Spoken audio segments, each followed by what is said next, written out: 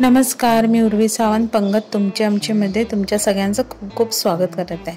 आज मी तुम्हाला पिंडी छोले कसे बनवायचे ते सांगणार आहे।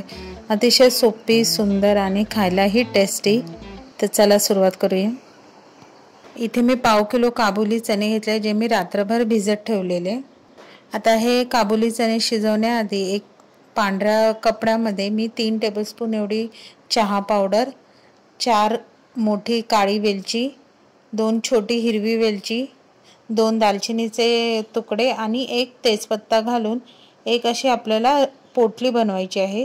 ही रुमालाची पोटली अगदी घट्ट बांधून आपल्याला त्या काबुली चण्यामध्ये ठेवून आपल्याला 4 ते 5 शिट्या येईपर्यंत आपल्याला हे काबुली चणे चांगले कुकरमध्ये शिजवून घ्यायचे आहेत। चहा पावडरमुळे काय होईल, आपल्या काबुली चण्याला छान असा काळपट रंग येईल आणि वेलची, दालचिनी आणि तेजपत्त्यामुळे त्याला चांगला सुवासही येईल। आता काबुली चणे पटकन शिजण्यासाठी त्याच्यात मी अर्धा चमचा एवढं मीठ घातलं आहे। 4 ते 5 शिट्या झाल्यानंतर तुम्ही बघू शकता काबुली चणे अगदी मस्त शिजले आहेत। आता त्यातलं पाणी आपल्याला गाळून साईडला ठेवायचं आहे। आता इथे 2 चमचे मी तेल घेतले आहे। त्यामध्ये मी एक मोठा कांदा बारीक चिरून चांगला तेलावर आपल्याला गुलाबीसर होईपर्यंत परतायचा आहे। आता त्याच्यात मी एक मोठा चमचा एवढं आलं लसूण पेस्ट घेतली आहे। ती आलं लसूण पेस्ट चांगलं शिजेपर्यंत आपल्याला कांदा परतत राहायचा आहे।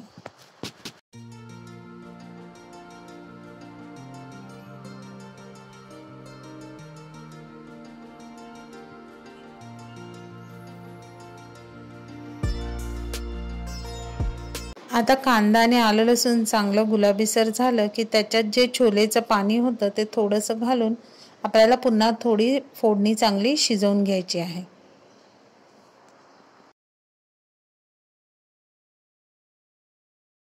आता त्यामध्ये मी 2 मोठे टोमॅटे मिक्सरला फिरवून घेतलेले आहेत।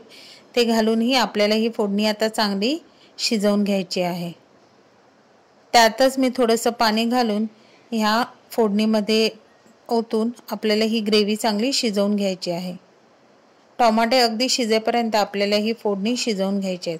आता ह्यात मी आमचूर पावडर, धना पावडर, काश्मीरी लाल मिरची, छोले मसाला आणि गरम मसाला पावडर हे घालून आपल्याला फोडणी चांगली शिजवायची। आता माझ्याकडे अनारदाना पावडर तेव्हा नव्हती म्हणून मी ती टाकली नाही। जर तुमच्या घरी असेल तर तीही तुम्ही एक मोठा चमचा घालू शकता। आता ही फोडणी जळू नये म्हणून मी त्याच्यात जे छोलेचं पाणी होतं ते घालून फोडणी चांगली आपल्याला शिजवायची आहे। तेल सुटेपर्यंत हे मसाले आपल्याला चांगले तेलात परतायचे आहेत। झाकण लावून 1-2 मिनिटांसाठी मी ही फोडणी चांगली शिजवायला ठेवली आहे।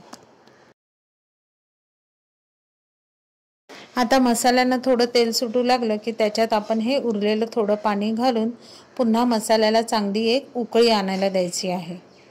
आता उकळी आल्यानंतर आपल्याला ह्याच्यात शिजलेले काबुली चणे घालून भाजी चांगली मिक्स करून घ्यायची आहे।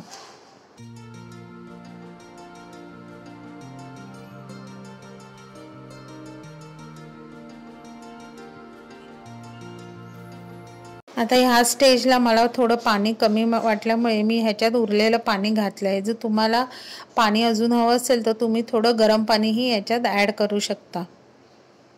आणि ह्याच्यात भाजीच्या हिशोबाने आपल्याला मीठ घालायचं आहे। लक्षात ठेवा, मीठ घालताना आपण काबुली चणे शिजवतानाही आधी अर्धा चमचा मीठ घातला आहे।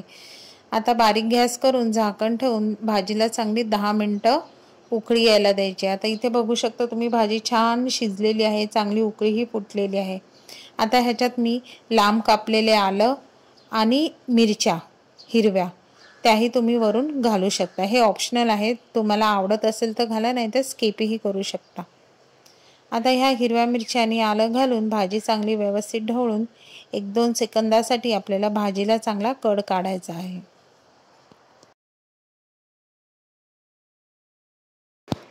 आता अशा प्रकारे ही झटपट बनणारी पिंडी छोले भाजी तयार आहे खाण्यासाठी।